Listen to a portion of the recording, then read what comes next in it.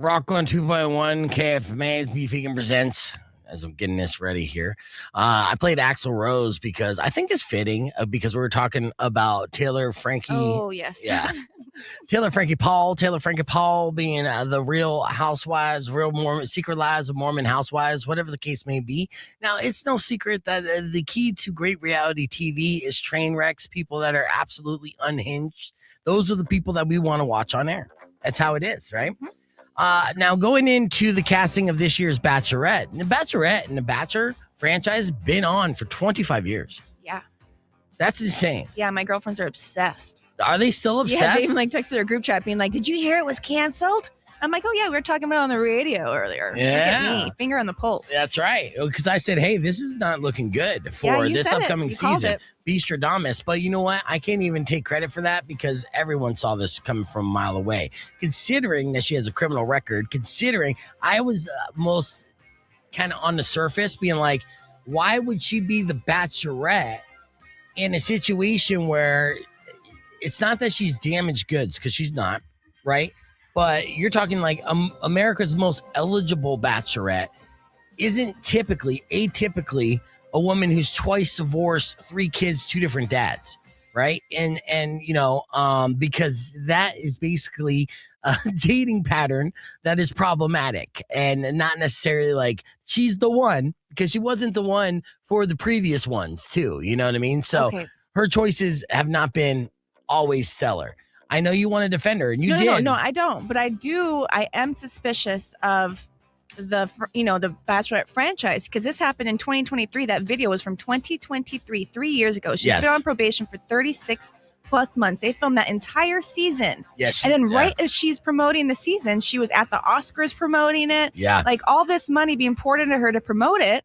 All of a sudden, oh my God, look at this video. Like, wow. Like, why didn't that come out sooner? This video was also a video that they submitted in court, which led to her probation. So this is kind of like public property in a way, even though it was released. So this is why ABC officials definitely saw it. And this is why casting her is actually the best thing for the franchise. Well, I think it's like a delayed release. They're going to release it, be like, oh, look at this redemption arc she's going to go on. And then like, here you go. And look, she found love. She's better. Like, I mean, I'm invested. I never watched The Bachelorette and I would want to watch this. No, I know. And that's the messed up part is that this train wreck, Taylor Frankie Paul, will end up being the highest rated Bachelorette since the inception of The Bachelorette because now you want to watch it, right? Mm-hmm. But I'll tell you what, I'm already looking into my crystal ball. The future on this is that, yes, ABC like very greedily will be like, yeah, absolutely, we got a gold mine in this right now, we're gonna pull it, we're gonna get that the public really sensational, they just want it, right? They want the release, and then as soon as we release it and say, okay, we're gonna put it back on the air, we're gonna break all the record ratings, right? And then we're gonna go into this, and then we're gonna do this, and we're gonna wrap it with a bow and say happy ending, and then 6 months after that, Taylor Frankie Paul will do it again. I mean, it's her second time. She did it with her first baby daddy, too. Yes. And then she'll end up, in jail again. She'll end up hurting someone again. She'll end up looking like a maniac again because at the end of the day, she's just crazy. She's one of those crazy hot chicks. We've seen it. We know it well. All my men out there listening have been in a relationship with this woman. Not this specific woman, but a woman just like her. And hell, some of them might even be with them right now because those are the fun ones, right? but so I get it. I understand why they're doing it. But at the end of the day, because normal and sustainable or balance, well, balance is boring when it comes to reality TV. You need crazy. You need, a hot chick with a nice ass throwing a chair at you to really be aroused these days. And that's what ABC knows. And that's what they're doing. So coming up right after Hoobastank, we're going to give away a pair of tickets for Shinedown. We're bringing back Mari's Hummer. Yes. So keep it right here. It's Rock 102.1 KFMA. News happening in a news cycle that's for Crumb. And the micro penis? Yeah. Yeah, pretty much. We're here live on the podcast broadcast. Welcome, everybody. Yes, we did skip the show open, but that's okay because it's Friday. We're joined by our very special guests and friends, film critic Herb Stratford and Robert from Late to the Party. Good morning, both of you. Let me get a check here from you, Robert. Hello. Yeah, I could hear you well. We got a lot of things that we're going to be covering. We just did our top story of, just the TMZ headline of Taylor Frankie Paul. Bachelorette. The Secret Lives of Mormon Housewives / Bachelorette reality star that's such a hot mess. ABC's like, we need her for ratings, and they're not wrong.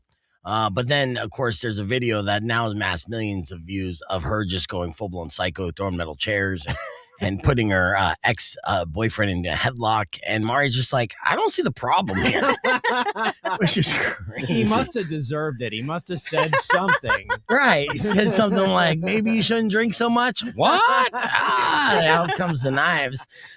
So, yeah, that's a scandal. And, of course, our top story today, unfortunately, is the news that a legend passed away today. A lot of people didn't think that Chuck Norris could die. Basically, like, if the Grim Reaper came to get him, then Chuck Norris would kick the Grim Reaper's ass and be like, I'll come back in another 100 years and check in on you. But he did prove to be human today, passed away at the age of 86, kind of unexpectedly for those of us on the outside of his inner circle, right? So that's sad. That's going to be the day that we know that, Chuck Norris passed away. And, of course, you remember him growing up. I will say, I know that was a shot at my age, but I will say that, he is the last link to like Bruce Lee. Yes, he was. So, I mean, that's sort of weird that, a guy that actually acted with Bruce Lee is still around and until yesterday. Yeah, absolutely. In fact, actually, let me pull up this video real quick of the evolution of Chuck Norris that I saw on Twitter. This thing looks pretty cool. And so starting off with the Way of the Dragon, essentially, is, and you see him, maybe, do you think Chuck Norris ever took the juice? Because he gets pretty buff and then he stays buff for a while. Chuck Norris was a juice. They juiced him for other people. You're right. They took his blood, and that was the key ingredient to the juice. Yes, that makes more sense. And bro, Chuck Norris died 20 years ago. Death just didn't have the courage to tell him until now, dude. That's fair. That is fair. That is correct. All right, let's check out the evolution of Chuck Norris. This is 1972. He's doing everything all the way up to 80 and stuff. That mustache belongs in the Hall of Fame. I got to tell you. Right. Belongs in a museum. Yes, absolutely. It's interesting they skipped over Sidekicks, so I mean, come on. Sidekicks legend. Was that your favorite Chuck Norris movie there, Robert? No, I mean, there's a number of canon films that are up there with Chuck Norris that I do go back and revisit. Not as much Sidekicks, though. My dad put me in karate when I was younger. I hated it because I had to take my shoes off. It was terrible. The floor was disgusting. But I could still stick in. And that's when he discovered his love for movies and shows, which Robert and Vanessa right now are finishing up their reactions to Daredevil season 2. It's right. Yeah. So how many episodes did you see? The whole thing. You saw the whole. Oh, and you still have one episode to go, Robert. You didn't get the last episode. Hey, we film ours in real time and chronicle and all that stuff. Herb has to watch it all in a binge. They give you a limited time before they rip it away from you. So that is exactly right. And I had a window, so I power watched it over 3 nights. So yeah. Okay, nice. Yeah, so fantastic. And we're speculating as to what kind of tie-ins, if any, are going into the new Spider-Man movie that's going to drop here in July, which they've released a trailer for in increments and then all together. Got us very excited. Got us casuals, super excited. We got the super fans who know everything about it, every Easter egg and every bi storyline and multiverse, and then you got the casuals that enjoy the uniform and all the web slinging that Spider-Man provides. So is there any kind of die-ins or anything you could say on that, or X-Men. And it's a continuation? No. Yeah, I mean, the good thing about this season of Daredevil is you get Jessica Jones, which is just, like one of my faves. And so she's gorgeous. She shows up in episode 6 and she rides out through the end. And so that's great to see her. There's a couple other little cameo things that happen. What I'm worried about, I'll be honest with you, is that they don't do more, because I love this version of Deadpool. of Daredevil. Right. And this story does sort of come to a conclusion with Kingpin. So I sort of hope that we have more juice in the tank, because I just love these characters and I think they've done a great job. Well, if anything we've learned from, comic book movies is that no one truly ever dies, right? There's always a way to bring them back. Let's get on the air. Rock 102.1 KFMA. Welcome back to Beef Vegan Presents. It's the podcast broadcast. We're joined by film critic Herb Stratford and YouTube reactor Robert from Late to the Party. And this is just all themed for the big releases that are happening this weekend. There's one movie in particular that's killing it on Rotten Tomatoes, starring Ryan Gosling. At this point, it's 95% on Rotten Tomatoes. The movie's called Project Hail Mary. Did you watch this at Roadhouse, Herb? I did. I saw it yesterday morning. Oh. Yeah. All right. So with everyone saying this movie is fantastic, what say you?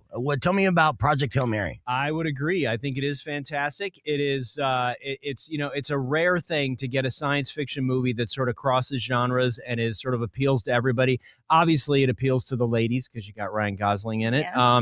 And it's an amazing sort of like. Okay, so to back up, The Martian, which everybody loved with Matt Damon. Yes. Right? That was based on the book by Andy Weir. And this is another book by Andy Weir. And basically the Lord and Miller, the two directors who've done a lot of great work, they direct this story. And the story is Ryan Gosling is a middle school science teacher who had some sort of controversial theories. That's why he's teaching in a middle school instead of being a big time research guy. And the government approaches him and says, hey, our son is dying. We got to figure out what's going on, and we think you can help us. And he's like, I can't help you. I ride a bike to work. And so anyway, he starts working with these folks, and a lot of this is through backstory flashbacks, because at the very beginning of the movie, he's waking up on this spaceship and he doesn't know who he is, where he is, what's going on, because he's had some memory loss. And so basically, and you've seen the trailers, you've seen that he interacts with another species from another solar system whose sun is also dying. And the two of them have to work together to figure out what's wrong and to try and stop this damage that's happening, or else life everywhere will cease to exist. So it's a buddy comedy between Ryan and a rock spider person that's very cool named Rocky,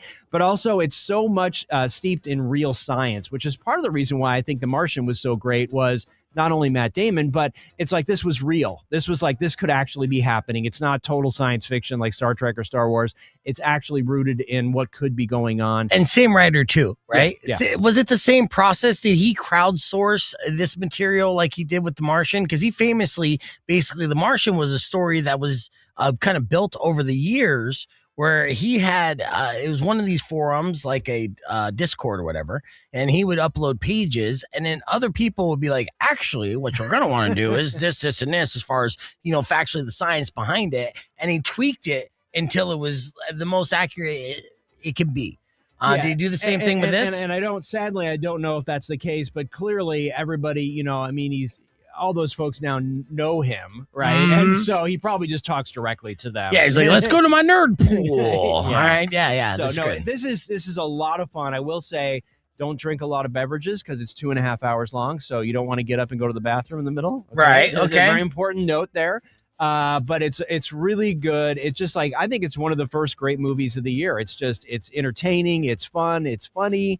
It's it's Ryan Gosling. I mean, the guy, he's just a stand-up dude. Yeah, well, I mean, and he does get the pick of the litter as far as projects are concerned. So, it's not surprising that this movie is as good. And of course, it's from the writer of The Martian, which The Martian was fantastic. And 98% audience score. There are good reviews, but there are some bad reviews. I'll give you some bad reviews from this. The audience's goodwill is a precious, unstable resource, and flippancy of film.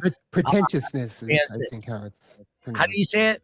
It's pretentiousness is what it is. He's using these crazy ass words. Nobody knows what it is, and he's it's from the New Yorker, so they were being extra pretentious in their thing. But they said it expands it recklessly. Variety said wants to be kind of a great escape we need right now, and I have no doubt that many of us will hail it as one. So forgive me if I say it's not a good movie. Variety said that. Yeah. Could this movie be part of Project Bluebeam, where it's the government slow rolling us information about aliens and life on other planets to get us kind of used to the invasion? You know, if the aliens that we end up meeting are like Rocky, I'm okay with it. They got you. That sounds like Project Bluebeam to me. Yeah, you know, I think so. So yeah, that's good. So the aliens aren't necessarily the bad guys in this. No, film. they're definitely not the bad guys. They're just charming and fun and funny and heartbreaking. Yes, no, it's a really good movie. Yeah. So I'll share a good review as well. You know, on top of Herb's great review for this. It imbues us with childlike wonder from scenes that pay homage to such classics as E.T., Flight of the Navigator, which we literally just talked about the other day, and Rocky. Yeah. So it's good. Yeah. So that's great. So it looks like, honestly, with the reviews that it's getting, and it's a big blockbuster, good, graphics, special effects, all that good stuff. Yeah. It seems it's based in reality. Yeah, and I mean, I think the only critique I'm going to have is I think the studio should have waited till later in the year to release this, because you release something in March and nobody remembers it come award season, right? And award season is going to be crazy because you got Christopher Nolan's The Odyssey, you've got the new Avengers movie, the Dune movie, you got all this stuff coming out later in the year.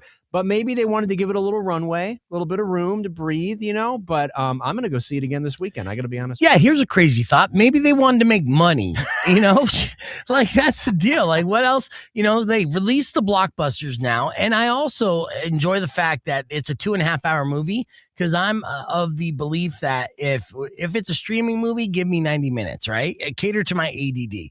But if I'm going to pay money and have an experience, then make it longer and make it worth my, worth my money. And just not suck. I mean, obviously 2.5 hours of suckage is torture, but no, it's delightful from start to finish. So good. All right. So we have a lot to talk about with film critic Herb Stratford and Robert from Late to the Party. We'll continue the conversation on the podcast broadcast. Coming up, there's a movie called Toe that looks really good that we'll talk about when we return after music for Nirvana. It's Rock 102.1 KFMA. Clear. Did you look at all the trailers this week for Spider-Man and all that good stuff? I saw Spider-Man. I'm not sure what else dropped that was Dune 3. Of course. I watched that about 8 times. Okay, so let's talk about that, because obviously Robert shared that with us. We reacted to it. Now, I'll be honest. I was like, oh, I need Herb here for this, because you're a Dune fanatic. I am. You are. Now, Robert, you're like, part of your reaction channels, so you're breaking down and seeing the Easter eggs and picking up what most of us miss, right?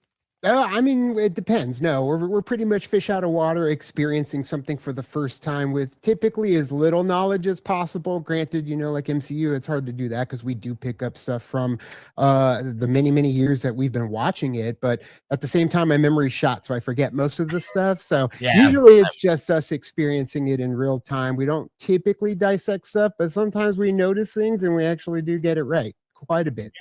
Yeah. So what did you watched the trailer like 8 times, and you again read all the books, watched the original movie with Kyle MacLachlan and loved that. Hated it. Oh, you hated it? Hated that. All right, but you're super happy about the reboot in the first 2 Dune. So this one, what makes you excited about the trailer for Dune 3? So, I think it's just it's continuing the story because I wanted more. But I will tell you that of the Dune books, and I've read them all many times, probably too many times. I have them on my iPad. Sometimes I just pick them up and read them again.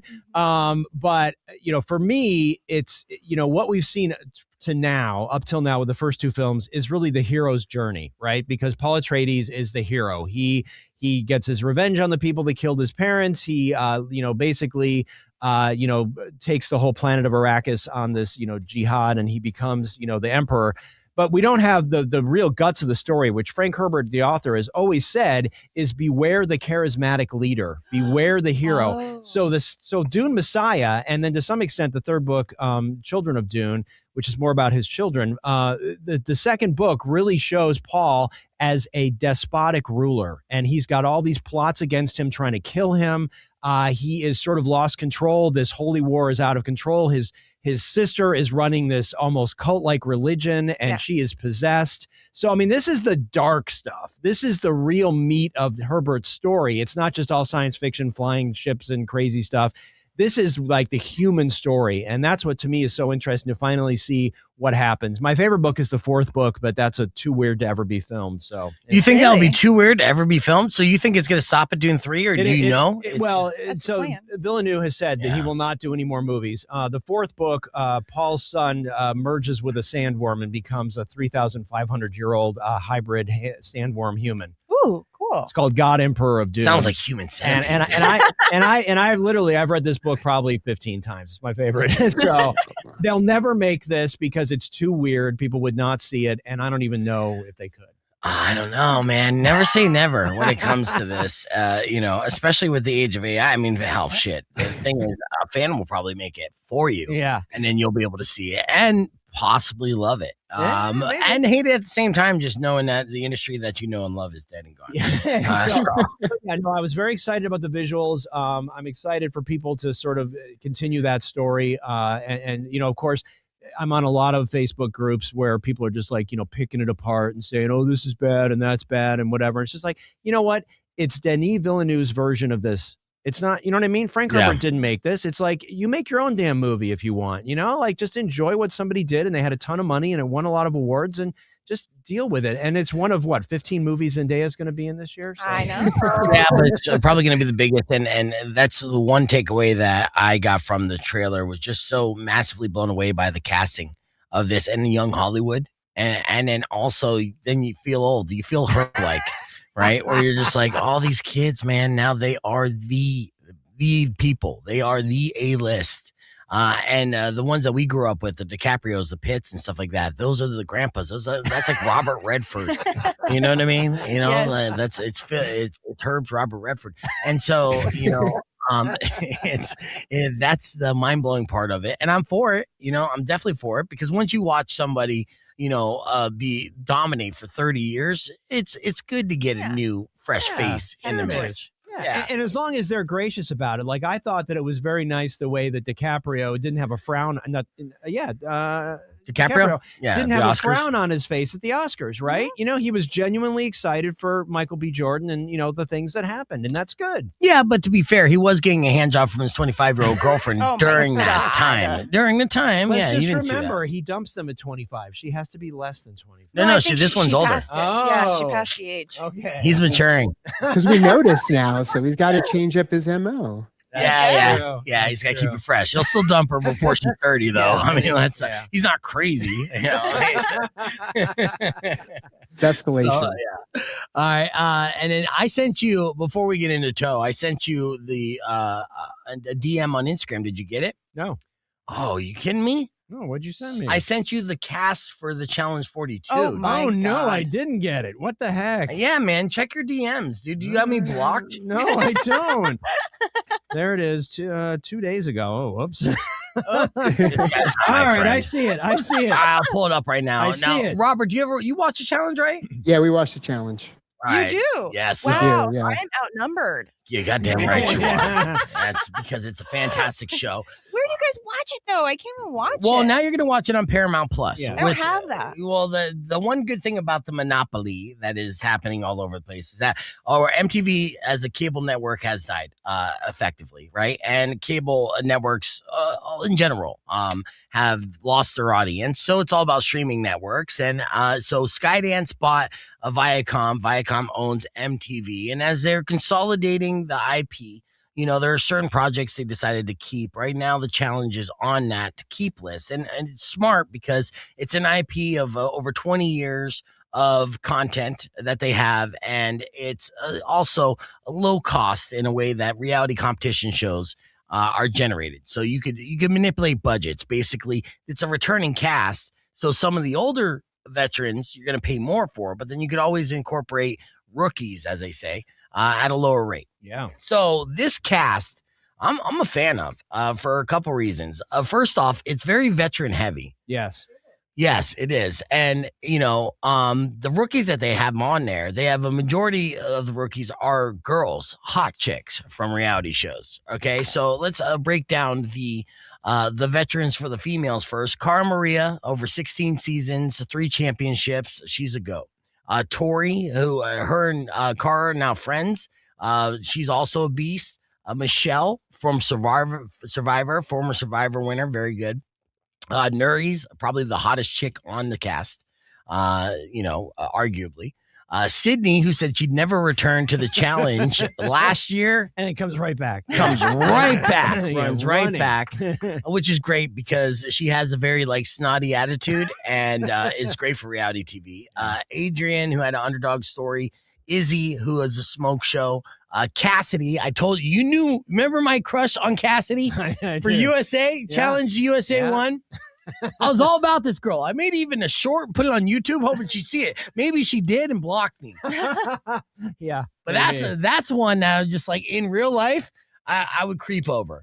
So I'm glad that she's back. And then the rookies, they're all 10 out of 10s. Anna Lee, Riley from Big Brother, who has a lot of thirst traps online that you could check out. Elite, and then D. Don't know much about them. Just know that they're pretty much I got a hot redhead, 2 hot blondes, and a brunette. Good. That's Cass. Something for everybody. Absolutely. Gotta have variety. Yeah. Now let's go to the men. This is where it gets interesting and very exciting. Okay. So Bananas and CT are back. That's great.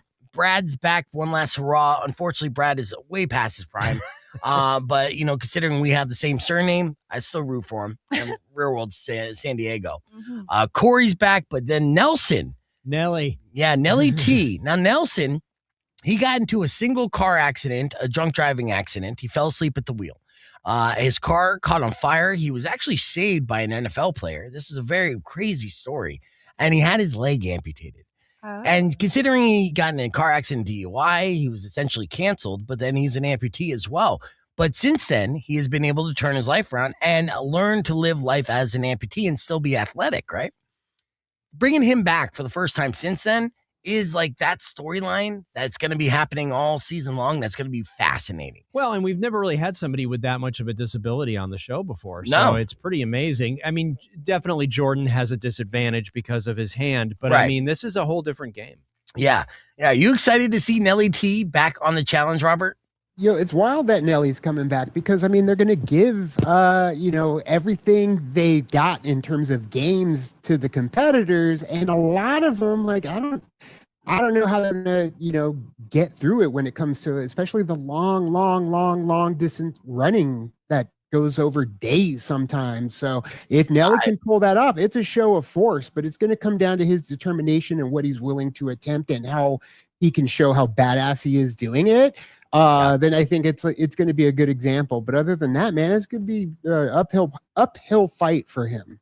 I don't think it will. I think it's going to be an advantage. And, I was listening to a podcast on this, Devin is close to him. He's a long distance running now. And think about this. If you're running a marathon, your feet and your legs get tired while doing a marathon. He's only going to have one foot that's going to get tired. Then he has a super foot that he's not going to feel. And that's kind of an advantage. The way that they build these prosthetics these days. Rock 1 2.1, Caveman, we're back on the air. We're just breaking down the cast for the Challenge 42 real quick, as we're super excited about that. So we're talking about Nelson, aka Nelly T, being an amputee, coming back for this show. And he is also inadvertently one of the most hilarious cast members of the show because he's so dumb. Well, and here's the other thing you got to remember in terms of an advantage for Nelly. Corey will do whatever Nelly needs. Yes, he's got his back. He would literally carry Nelly up just to finish a challenge. Yeah. Another argument that I heard Devin say, friends of Nelson, is that it's an advantage for him to have this disadvantage, so to speak, because now he has to use his critical thinking. If anything, Nelson's disadvantage was that he was dumber than a box of rocks and had zero critical thinking skills. He's athletic. Yeah, it's good looking. Sure. He'd smash the hottest chick on the show. And he'd be able to do physical challenges. But when it came to a puzzle or math, he was done, right? Yeah. But now you have to kind of overcome having one leg. And that's training your brain on a daily basis, constantly. As soon as you wake up until you go to bed. And that actually might improve his critical thinking skills. So we'll see what happens with Nelson on there. Yeah. Cedric, Will, Justin, and Leo are all rookies that returned from the last season, and they were kind of standouts for the show. So excited about that. And then Chris, the winner of USA Survivor or the Challenge USA 2, who had that fantastic season, and was the champion. Yeah. And then they got 2 rookies, Josh and Keanu. So again, only 2 rookie guys. and then 4 hot rookie girls. I feel like the casting did 10 out of 10 this year. Chef's kiss. Chef's kiss. Exactly. Yes. Wow. I'm glad we're on the same page. So yes, so they're currently filming this right now. They're about 3 weeks into production. I already know of 6 people that have been eliminated. I'm just saying. I'm not telling you who it is, Herb. 6 already. Damn. All right. 6 people got eliminated. Who's your favorite person on this cast? My favorite person? Yeah. I have to. All right, my favorite guy is always CT. So that's just the way I got to roll. Okay. And then I wasn't a huge Cara Maria fan, but now I'm sort of in her camp because I feel like she's matured and I think she's proven herself and she's not Tori. All right. Now look at me. I'm not going to tell you if they got eliminated or not. You're just going to have to read my face to be able to tell. I'm not looking at you. I'm not going to do it. Don't ruin it for me. Fair enough. Let's get into our next movie review. The movie Tow. All right. Now it's not TOE. It is not TOW. It's TOW. Yes. Tow truck. Looks totally like a great. different. Yeah, it looks like a great cast too. Female fronted, right? It is. So Rose Byrne plays a woman in Seattle who, of course, rose right off of her Oscar nomination for If I Had Legs, I'd Kick You. She plays a woman who is down on her luck a little bit. She's living in her car. She's divorced. She has a teenage daughter played by Elise Fisher. She finally lands this job and her car gets stolen. Well, that's kind of a problem because her job required a car and that was also her house. Yeah. So the car ends up getting towed and we end up trying to follow her, trying to get her car back. And so she ends up going to, temporary housing, a shelter, women's shelter. Simon Rex is a tow truck employee, that sort of feels sorry for her. So it's always great to see Simon in things. Really? And it's a great cast and it's based on a true story. And, my favorite part, of course, of these things that are based on true story is seeing the real people. And so there's this great lawyer that helps her out, a young guy. And so at the very end of the movie, there's a scene where the 3 main characters are sitting on a bench and you see them and you're like, oh my God, that was so perfect. The casting is just spot on. Yeah. So yeah, it's pretty interesting. Corbin Burnson, who we haven't seen in a long time, he plays an awful lawyer. And so it's a pretty interesting thing because a lot of times we don't see stories about people that, are down on their luck and what it takes to sort of get out of that. It's not easy. Yeah. Now, do you think Simon Rex is becoming a good actor now? I mean, he was great in Rocket, but it was also, it was him. Yeah. So, yeah. He just plays, his character, which is his rap persona, and it just kind of like, a very surface level stuff. Is he different than Simon Rex that we're used to? Yeah, a little bit. He's less over the top. You know what I mean? He's more, it's a little more restrained. I think he's finding that he doesn't have to overact, And so Red Rocket, he definitely was overacting. Red Rocket, bit. yeah. But it was a great movie. I do enjoy it. I like him. I just think I think it's good to see him on screen because he's not Tom Cruise, he's not Brad Pitt, you know what I mean? He's just like sort of an average dude. Yeah, well, I mean, he was a great looking dude in the 90s, right? But he partied hard, right? And you could see the miles on his face. But he's still a good looking dude, don't get me wrong. But he definitely skipped drinking bottles of water on some of those cocaine binges, He looks a little dehydrated, That's right? True. I don't think he would argue this either. I'm pretty sure he'd be like, nailed it. Yeah. Just think of his character George from Scary Movie. I think it was Scary Movie 3, man. He's ridiculous in that one. Yes, I know. And the point where like his performance killed the franchise until they brought it back. They killed him in the next one. Yes, they did. It was one of the first things they did. $1 Million Baby style. Yeah. Yeah, so it's 74% on Rotten Tomatoes. It's pretty good. I mean, it's it's a typical David versus Goliath story. You know that it's going to end where she gets her car back. I mean, there's no spoiler there, but just the journey is very good. So, yeah. All right, look, I got Todd asking, when do we get a review battle between Robert and Herb? Did you watch Tow yet? No, you probably didn't, huh? For me, no, I hadn't even heard of it. That's the thing. Fish out of water, late to the party. It's not just a clever name. So, but looking at just the clips that you're showing, it feels like kind of like Aaron Brockovich. It's got that kind of an energy just from the visuals and what Herb was saying. But I love Rose Byrne and she's killing it now. Just accolade wise, she's been killing it for a long time, especially in the comedy world. So it's something that I would be interested in seeing. because it's one, Rose Byrne, two, it does have that Aaron Brockovich kind of energy to it. And that was huge movie back in the day.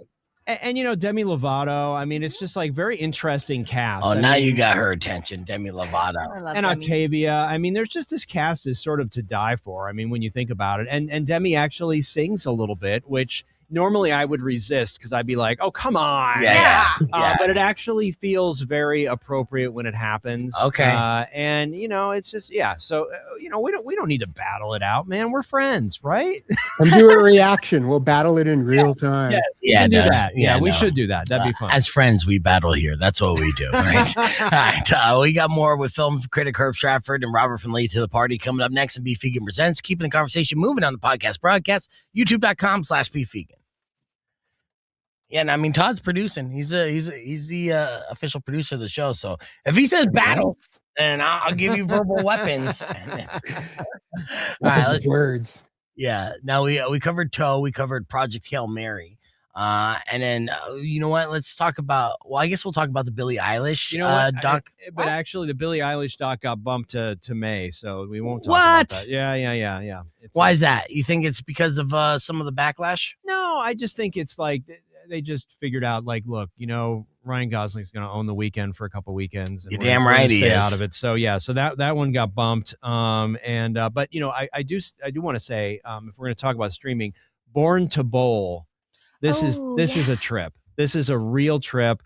This is a 5-part HBO documentary series about the Professional Bowlers League, right? PBL or whatever it is. And it follows these guys. There's a 4-month season, and it follows like 4 or 5 of these guys, 4 of the top guys, and then this guy who's sort of a rising star. And it is a trip. It is like a bizarre world. If you only know bowling from like Kingpin or watching something on the Ocho. Well, that's immediately what I was thinking. I was like, is it basically going to be like Kingpin, but real life? It is. I mean, there's a moment in this where the one guy who's like one of the top 2 guys, he's got the trophy and he's showing the trophy and he's like, this is the tear that I cried. It's still on the trophy. I mean, oh my God, you're a bowler. But it's really, there's some stuff that I had no idea about, right? Like they actually oil the lanes. Yes. And they're in different patterns. You don't know what the pattern is. So you can think that you're going to be bowling, but all of a sudden your ball just goes on a crazy direction. Yeah. There's the tear. And so it's a very interesting look at this world. Actually, on my YouTube channel, there's an interview with the 2 directors that did it. And so this is wild. I mean, these guys, there's no salary. So they're like on their own dime, traveling all over the country, sharing hotel rooms, trying to figure out, like, I hope I'm going to win this $20,000. Meanwhile, my family's back at home and, they're eating ramen because I'm a professional bowler. So it is a trip. They do reference Kingpin, which is sort of fun. They have a little shot of Ernie McCracken, the great Bill Murray character with the comb over. Yeah. But it's just, this is a very interesting look. And also, professional bowling was on Fox. It was on Fox Sports. And this season that they're chronicling is the last season that Fox is actually covering the tour. And so there's this real uncertainty about, without Fox sponsorship money, there's no money. Right. Right. So, yeah, well, I mean, who was really watching? Yeah, well, that's super interesting because they do show a lot of the audience and they talk to these people that are like, nuts. Okay. Yeah. I mean, like wearing shirts that are autographed and the big heads. And I mean, these people, and this is not like in Los Angeles and New York. These are in small towns where these things are going on. Yes. So it is the biggest thing. And these folks, it's very interesting. What's the highest bowling score you ever had? I was like probably 230, 240. Oh, what? This guy. What? No, when I was in high school, it's funny. One of our PE classes was bowling. Yeah. So we would all get in a van and we'd go to the bowling alley and I would make money every week because I would bet and I would always have the high score. I have a ball. You do? Oh, yeah. This guy's a ringer. Yeah. So I don't bet anybody that has their own accessories for certain things. Like I don't bet someone playing pool if they have their own cue stick, right? I don't, same thing with darts and bowling. You break out your own shoes and ball, I'm out, dude. Yeah, we could do a gentleman's bet of nothing. I put the bumpers on, man. You get the highest scores that way. That is true. You do. Well, and just remember, you don't want to lose or you don't want to win a bet from Beef because he will pay you in quarters and nickels and cigarette butts that he pulled out of his car. So I did that. You did that? I did that to me. Gross. I paid up, though. I paid up, Maury. Paid. I mean, it was in there, you know. It was. It smelled. It was just. It was. What are you smelling it for? It was the exact amount that I owed him, though. So you know, that's the thing. There was other stuff in there, but I paid full. Yes, bonus. Absolutely. All right. As we get ready for our next segment here, let's run back real quick. A round of Ask a Conspiracist from early this morning. A lot of serious news happening in the world today. But what's really going on is what you need to pay attention to. We broke that down earlier. In case you missed it, it went like this. Check it out. All universally, and they'll give us an official narrative, right? But it's important for you to work on your critical thinking skills and learn to read between the lines. But don't worry if you can't do that, because you could always ask a conspiracist. And that's what this segment is, Maury. So what caught your attention in the news this week that I can enlighten you on? Well, the FCC approved Nexstar's $6.2 billion acquisition of Tegna, creating the largest local TV station owner in the country, reaching about 80% of U.S. households, despite the usual 39% cap being waived. Isn't that weird? The usual in the law, how it's always been, it was an anti-monopoly law saying, hey, you know, for freedom of speech purposes, not one company can own everything, because then that way you push out one narrative, whatever narrative you choose. Exactly. Yes. So this isn't a merger. No, it's basically a volume knob, right? So local news used to feel different city to city. Not anymore. Really? Yeah. Now one company control what 80% of America sees at 6 p.m. And it's not what they say. It's just how loud certain stories are. So you don't need to tell people what to think. No, you just decide what they hear first and what never makes the rundown. What about like Javelina stories or... You're not going to get those. No, you're going to get the official narrative that they want you to believe as they continue to mold the sheeple, so to speak. So when this merger went down, they didn't buy stations. They bought the playlist. So essentially, imagine someone buying your playlist and be like, it's going to be Nickelback, all Nickelback all the time. No. That's what Nexstar merging with Tenga means. So there you go. And monopolies continue to win here in 2026. When will it end? I don't know. It will end when there's going to be politicians that stop getting payoffs to let this happen, because it's anti-American to have these monopolies. But we'll continue. What else made the attention or made the news today? The FDA approved a new higher dose version of Wegovy, tripling the maximum weekly dose to help patients lose more weight. Those side effects were reported in over 70% of users. Oh, that's only 7 out of 10 users, That's Maury. a lot. Oh, okay. Well, no. Look, this is not just a stronger dose. It's tolerance economics. Yes. What? Yeah, every blockbuster drug follows the same arc. Starts off, works great. Then the demand explodes. Results plateau. Then they introduce a stronger version, right? So at the end of the day, it's not even about just losing weight. It's about staying ahead of the curve. And notice it's fast-tracked because it aligns with quote-unquote national health priorities.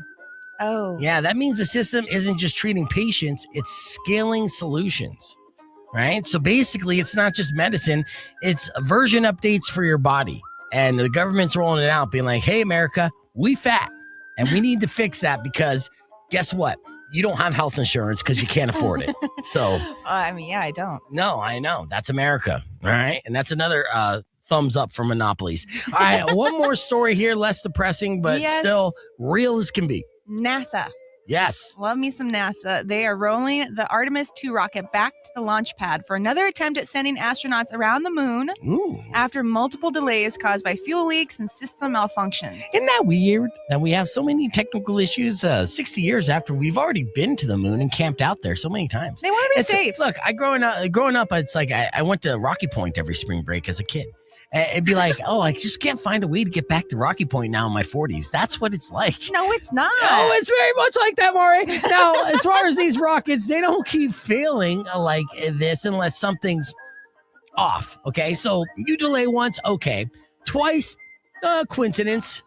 Multiple systems acting up, It happens. No. Systems are faulty. No, that's a pattern, Mari. Yes. And with that, they're now aiming for an April 1st launch. Yeah. April 1st. April 1st. The 1st of April. Fool's Day. Yes. You're telling me the most important mission in the last 50 years is scheduled on the one day people don't trust anything? It's coincidence. Yeah. A lot of times when you think it's coincidence, it's, designed that way to make you think it's coincidence. Is that so? Absolutely so. So if they launch on April 1st, the real question is, who is the joke on? The reality is probably us. All right. So again, just another reminder, don't believe everything you read, because when one company controls the news, drugs get stronger and rockets keep hesitating. Maybe everything's being pushed a little further than it should. And that's the reality of it. So again, don't believe the official narrative. Learn to read between the lines. And if you can't do that, ask a conspiracist. Have a nice phone call. All right. Oh, you got to take off. Oh, okay. That's fine. Yeah, you got to do your phone call. But we were talking about Doomsday, which, is a release here of they're going to do Avengers and Dune. It's going to be released on the same day, December 18th. Like Barbenheimer. Yeah. Wow, that would be like a really meaty movie going. You say no? You say no, Robert? You heard that? No, it's supposed to be Doomsday, and it's going to be Dune, right? You said it's going to be at the same day. Yeah, that's not counter programming. That they're going to be cannibalizing each other for the market. So I think that they'll end up moving one away from the other. Yeah. I would hope so. Why would you? It's what a great week for movie theaters, though, right? You could have two sellout movies. Yeah, but then they're all fighting for the IMAX because Dune's got to be an IMAX, Endgame's got to be an IMAX. Disney typically wins when it comes to those battles, and they also like to spread it out for a long period of time so the other companies can't come in. So, a lot of politics involved when it comes to the studio. So I do feel like one of them will shift, because it's not good for them if everybody is packing the theaters to try and get in these limited access, especially like AMC here in town. Once they did the remodel, there's a lot less seats when it comes to each auditorium, with the exception of the IMAX. They won't change, so they keep that amount. But it's if it's counter programming, it's great because then it's something for everybody. But all of us want to see both, and that's going to make it hard to get in there to be able to see these shows with the limited space. Right. Yeah. We're talking with Robert from Late to the Party because Herb dropped that bombshell on us that Dune 3 and Avengers Doomsday may be released on the same day, which December 18th. December 18th, which, he believes that would change as we get closer to it. Obviously, both these films will probably be long done by the time. And I understand they want to release closest to Christmas because that is the optimal time to get more. Oh, yeah. Because first off, school's out of session for most people. And a lot of people are off of work as well. So they go out to the movie theaters. You got family in town. What do you do with family members that you don't see very often, but you don't really want to talk to for long periods of time? You go to the movies. That's what they do. The entire family comes together. It's an event. That's why that Barbenheimer was so good, because I believe it was around Thanksgiving time in November. Yeah. But that period from Thanksgiving leading into the end of December, you do have a lot of families going out and watching movies together. And you do want something out there for them to, hit up. And these are two massive movies. So if they can figure out a way to do it, even if it's week to week, it would behoove them to do a screening for one, then the other, but they just can't because of the specifics of the projectors and changing everything from one to the other. That would make IMAX's life super hard if they did that and the theaters. But true. And it ended up happening too, where the different formats weren't formatted for the different projectors, and some projectors weren't able to do it for some of the movies that they do have very specific settings on those formats. It is a big issue if they, tried to have everybody get the best experience, typically with the biggest screen and the best sound. Yeah, we'll see. There's competition there too, though. So, because it's going to be two rival studio companies, and at this point, not everything is owned by one company yet. Wait for it. It will happen. Real quick, I want to get into trash TV. Now, let me remind you of a character that captured the world's heart. His name was Montoya. You remember Montoya? Spanish Love Island is the name. So this got cheated on. Yes, this is the scene in particular that, again, immediately captured my attention, broke my heart into a million pieces, and the rest of the world as well. Montoya, he was in pain, but the world cried for Montoya because he had to witness his girlfriend cheat on him in real time. This is the Love Island Spanish edition where they go hard in the paint. This is why Love Island's one of the most popular shows in the world because essentially it's straight up porn. Oh, God. Yeah, and it's heartbreaking, scandalous porn. I'll show you a little bit of Montoya's reaction as he's watching his girlfriend cheat on him on a live feed and what he does. Now watch this. Te vas a arrepentir toda tu vida de hecho. Disfruta, disfrútalo, disfruta. Me ha reventado por dentro. Me ha reventado por dentro. Pobrecito. Montoya, yo no he hecho nada, coño. Solamente de ti. ¿Quiere dormir, te ha dicho? Si no estuvieras aquí, no se lo haría. Puedo ver esto, Sandra. ¡Cabrona! She just takes off. You gotta stop her. No, baby, don't do it. Montoya, vuelve. Estoy deseando, tío. ¿Dónde está? Montoya, por favor. ¡No te amo! ¡Ah! Montoya, Montoya. All right, so that's Montoya. You having his heart broken on national television, and then that turned into a global viral clip, right? Fantastic and heartbreaking at the same time. Now, again, he captured the world's attention and affection, and there's been follow-up stories of Montoya, and I'm not here to talk about Montoya. No, I'm here to talk about the new Montoya. Oh, there's a new There's Montoya. a new Montoya. Love Island Spanish edition is back. Love Island Spain, if you will. And unfortunately, the same thing happened again. Unfortunately for the contestants, very fortunate for the producers who set this up to make sure it happens exactly the same. So here, ladies and gentlemen, is the new Montoya watching his girlfriend cheat on him on live video stream, and his reaction is eerily similar to the one we just witnessed.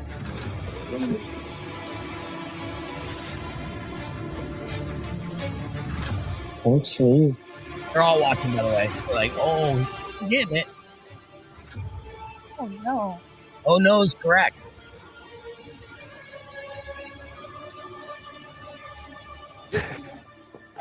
¿Dónde está ella? ¿Qué me? No, güey.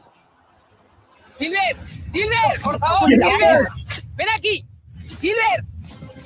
And he threw the iPad. He's like, it wasn't the iPad's fault. Let's be honest. But then what's Gilbert doing? He's running that heartbreak path along the beach. Will he run through the water as Montoya, or will he try to keep it dry while trying to C-block the guy from banging his girlfriend on live television? Silver, cogedlo. Silver. You. Está ahí, hermano, está ahí. Cogedlo.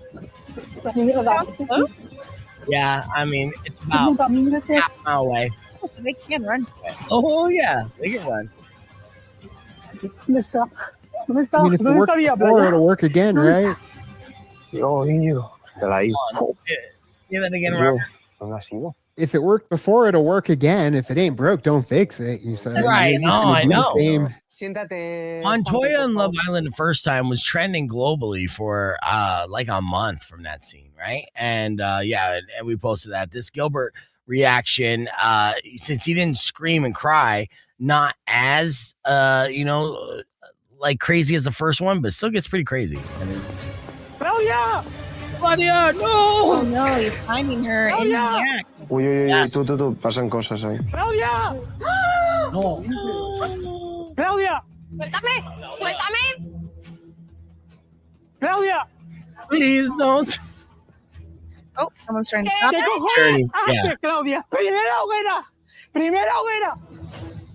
And he's upset, right? It gets bad, right? Imagine that, though. Love Island's such a vicious television show. And if Right. you watch the show, you know they're going to do this stuff. So, I mean, they just play it up for the views, man. Well, yeah, but just imagine being a contestant on that stuff, and say, this is your girlfriend, right? And say there is some reality based beyond this quote unquote reality TV. How heartbreaking it'd be to see that and then be like, oh no, going mental. I mean, telling you, it's as trashy as it is. This is our trash TV segment. I love this stuff, dude. I know you do. You really do. That's the thing, though, is you can say that it's fake and that it's, amplified for the TV viewing audience. But man, I've been in this situation and it does get like that. Like, you're emotionally imbalanced when stuff like that happens. There's a lot of, heartbreak involved and you don't know what to do and you just run around. It's the best thing to do, besides, driving angry or something. Just go run along the beach. That'll make you feel better. Oh, yeah. Especially in your 20s. That's when you're most emotional. That's why they can't cast Love Island of contestants in their 40s because then be like, look, it's your wife cheating on him. I was like, I get the bitch anyways. And then end of episode. Like, well, all right. That was anticlimactic. All right. We're going to keep this conversation moving on the podcast broadcast. Going to wrap things up here with a beef tip right after these words. Rock 102.1 KFMA. Okay. It was a little too hard on the hate that bee joke, but, I was like, no. I'm just... reminiscing on when I threw a vase at somebody's face because I caught them in the act. Yeah. I flipped the coffee table. It's been there, man. But I was triggered every time you said what was it? Montoya. That every time everybody messed up my last name, which is Montaño. Every time Robert Montoya. Everybody, and it's like, no. Montaño. That's why I took the little Enya off my end, but I'm taking it back. I'm putting it back on, just like Joey Saldana. Yes, take it back. But let's not pass over this little tip and information I just got. So you threw a vase at somebody's face. What happened? Yeah, I caught my ex in the act with another girl, and then I took the vase and in the act, threw it in her face. Full blown in the act, just making out. What part of in the act were they at? I blocked a lot of it out, to be honest. Let's resurface. Let's pick that scab. I don't know. I just caught them and I threw something at her, which in hindsight, I should have thrown it at him. Yeah, he was in the wrong there. But she was in the wrong too. And it was a friend of you, though. She didn't know me. Oh. She was some rando. I don't even think she knew who I was. Okay, so yeah, then he was 100% in the wrong. Oh, for sure. She's just hooking up with a dude. Yeah, but she did call me some names. Okay. And I ran out of there and drove out of there very fast. Yeah. And apparently she was like looking for me for like days to like, retaliate. Well, yeah, because when you throw a vase at someone's face, they tend to want to get revenge. Yeah. In that situation, and it was fair for the most part, a fair reaction on her part. But yeah, you should have aimed the vase at the boyfriend who's cheating on you. Yeah. No. Yep. Yeah. Yeah. Absolutely. How long were you with this guy? Like 4 years. Oof. On and off. One of those. How old were you? Early 20s. Yeah, that makes sense, dude. Again, the 20s. That's when you're the craziest. That is, sure. Yeah, that's it. Yeah, absolutely. Yeah, I like your bed music for this. Yeah. I was like, oh, we're going down memory lane. Let's solve this little mystery here in the crime. Oh yeah. I'm flashbacking through all the trauma right now. I know. Mm-hmm. Yeah. But we're all better off, right? Right. Yeah. So much better off. Look at us now, Robert. Look at us. Who'd have thought? Better off. My scar tissue has prevented me from actually having any kind of feelings ever again. Just numb on the inside. So you've never walked in on somebody cheating on you, though. Oh man. I mean, I've heard cheating through the telephone, butt dial status. Oh, really? Yes and no. What's worse, though, through the telephone or like in person? Probably in person because it would turn into like a physical altercation. I mean, I've seen those scenarios happen with my friends. Super heartbreaking. But yeah, no, I mean, for the most part, there was a lot of times that I would keep my feelings at bay. So I'd be seeing somebody, but not in a relationship. So whatever happened, it didn't even matter and kind of thing. So it's like, okay, you're doing that, then I'm doing this. So yeah, but I mean, my baby's mom was the one that was cheating on me the most. I think one night she came home, she's going out to the bar. She went out to the bar. I'm at home with my daughter. And then she comes home late and I see through the gate, her get out of the car from the back seat. And then she make out with this guy and then walked in. So I watched that. Mm-hmm. And there was a couple guys in the car. And so I had a moment of insanity where I'm like, I should go out and try to kill them all. And then I had a moment of clarity being like, the odds are not in my favor. And so like, I'm already getting cheated on. Do I want to get my ass kicked on top of that and really get emasculated? No. So Yeah. Okay. So yes, I've had those situations. I did block that out. So I know. I guess we both revisited some trauma today. Yeah, more is coming to me right now too, and I'm like, wow. No. Rock 102.1 KF, man. Welcome back to Beef Vegan Presents. That's all the time that we have for the podcast broadcast. I'd like to thank our guest film critic Herb Stratford and our YouTube reactor Robert from Late to the Party. Make sure you subscribe to both their YouTube channels, Late to the Party on YouTube and on Instagram, and of course the Arts and Culture Guy on YouTube for interviews and more. So, and of course, while you're there, you can subscribe to our podcast page at Beef Vegan. Beef Games happening next Thursday, St. Philip's Plaza. Tons of ticket giveaways and gift cards, cash type prizes. So join us. It's 21 up an event to play. But come one, come all. Beef Games. Get your information at kfma.com. And of course, we're gonna have that U of A game happening at 10:30. So bear down. Good luck to our U of A Wildcats. Our beef tip today is the first day of spring. It is? Yeah, even though it feels like the first day of summer. Here are some reasons why that's good for your health. You get better light, which can improve your sleep and mood. Things are more fresh, healthy food options, thanks to spring produce. And spring cleaning for your living space can improve your mental health. So if you're feeling down in the dumps, clean your house. That's your beef tip. That's all the time we have for the show. Thank you so much for listening. Drive safe, ride safe, and as always, rock local. Later. It'll be 100 degrees too. 100, and to all your grief. I'm not ready. If Rest in peace, Chuck Norris. I will knock out all your teeth. Just like Chuck Norris.